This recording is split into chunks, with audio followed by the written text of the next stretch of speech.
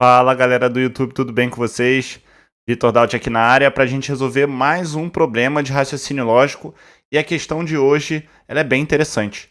Então eu já recomendo que você dê um pause aqui no vídeo, tente fazer essa questão, cronometre para ver quanto tempo você demoraria para responder e volte aqui para acompanhar a resolução junto comigo, tá ok? Lembrando sempre que se você tem um teste para realizar e não tem ideia do que vai aparecer na sua prova ou deseja, né?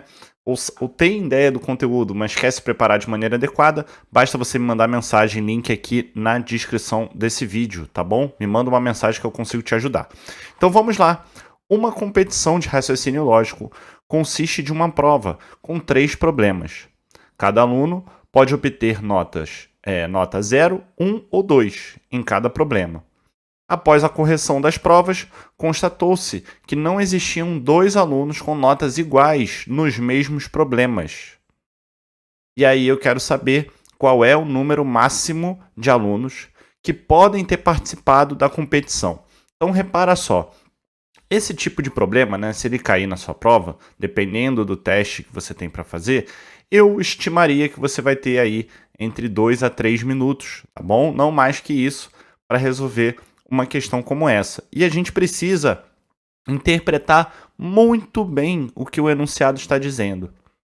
Então, quando ele diz que tem uma competição que consiste numa prova com 3 questões e que o aluno ele pode receber, né, 3 opções de nota, ou seja, ou ele tira 0 na questão, e aí dá a entender, na minha visão, que ele errou, né, por completo a questão, ou ele tira 1, e esse 1, em comparação ao 2, que é a nota máxima, ou seja, 2 para mim é se ele acertou a questão.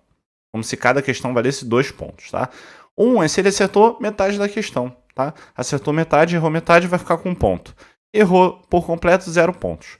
Depois que houve a correção da prova, se constatou que não existiam 2 alunos com notas iguais nos mesmos 2 problemas. O que isso quer dizer? O que isso quer dizer? A gente tem 3 questões ao todo, né? 3 problemas. Não dá para, por exemplo, eu, Vitor, ter tirado 2, 2 e 2, ou seja, eu acertei todos os problemas da prova. E não dá para você que está me assistindo aqui ter acertado, por exemplo, a primeira e a segunda questão e ter, vamos supor, errado a terceira. Isso não pode acontecer. O resultado de 2 questões minhas não pode ser o mesmo resultado das mesmas 2 questões suas. Tem que ser diferente. E aí eu vou precisar, baseado nesse raciocínio, calcular qual a quantidade máxima de alunos que a gente pode ter participando da competição, respeitando essa regra.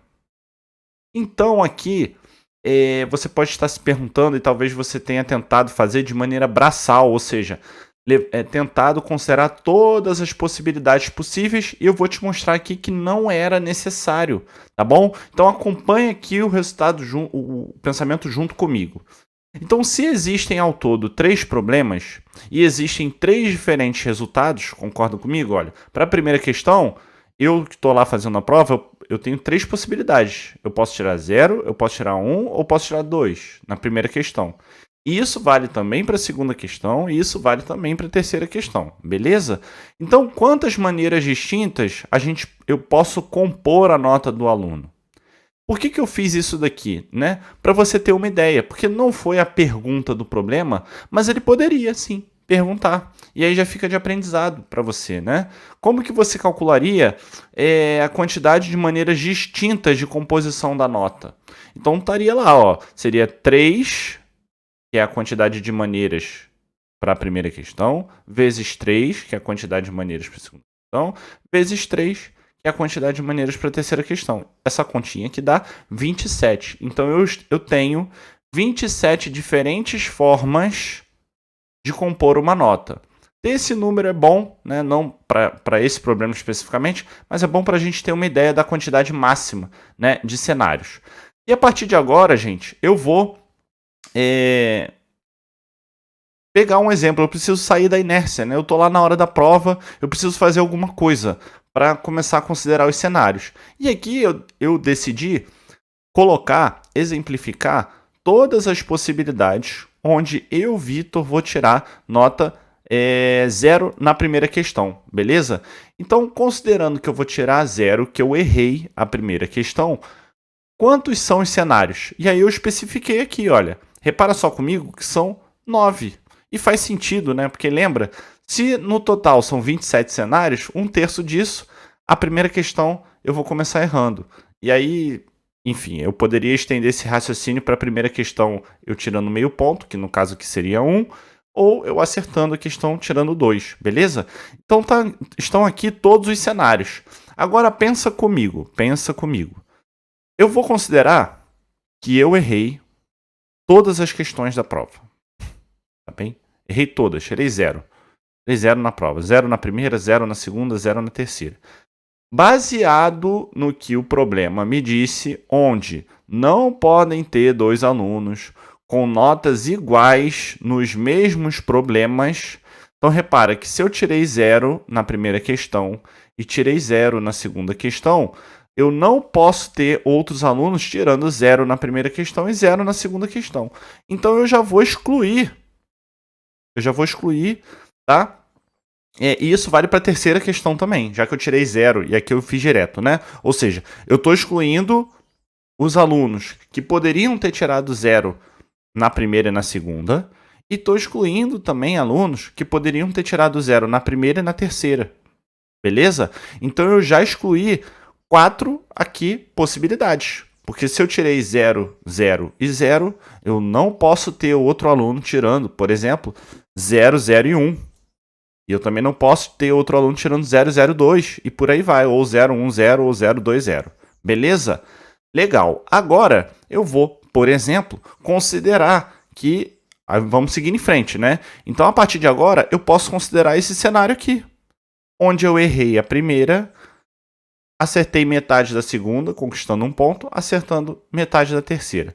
Neste cenário aqui, eu não posso ter outro aluno errando a primeira e tirando meio certo na segunda, e não posso ter outro aluno tirando 0 na primeira e meio certo na terceira. Então eu já excluo aqui mais 2 possibilidades. E agora me resta um outro aluno, né, podendo aqui, no caso, tirar de fato, eu escolhendo aqui um outro aluno errando a primeira, acertando a segunda e acertando a terceira. Então repara só que em um conjunto de 9 números, onde, né, todos eles, teoricamente, errariam a primeira questão, a gente só consegue, desses 9, ter no máximo 3 alunos. Poxa, Vitor, mas você partiu do princípio que você errou todas as questões. E se eu partisse do princípio, por exemplo, que, vamos supor, vou voltar aqui, né? Que você, ao invés de ter errado as 3, você errou as 2 primeiras e acertou a terceira, por exemplo. Se você seguisse esse raciocínio, você ia reparar que no máximo você também teria 3 alunos dentro desse universo, tá? De 9 possibilidades.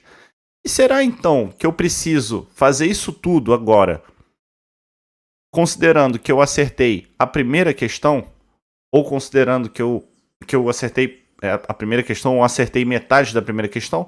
Não, gente. Se isso daqui vale para o cenário, né, para 1/3 de todos os cenários, onde eu tirei 0 na primeira questão, eu vou replicar esse raciocínio para o caso onde eu vou conquistar um ponto na primeira questão, e vou replicar também esse pensamento para o caso onde eu vou acertar por completo a primeira questão.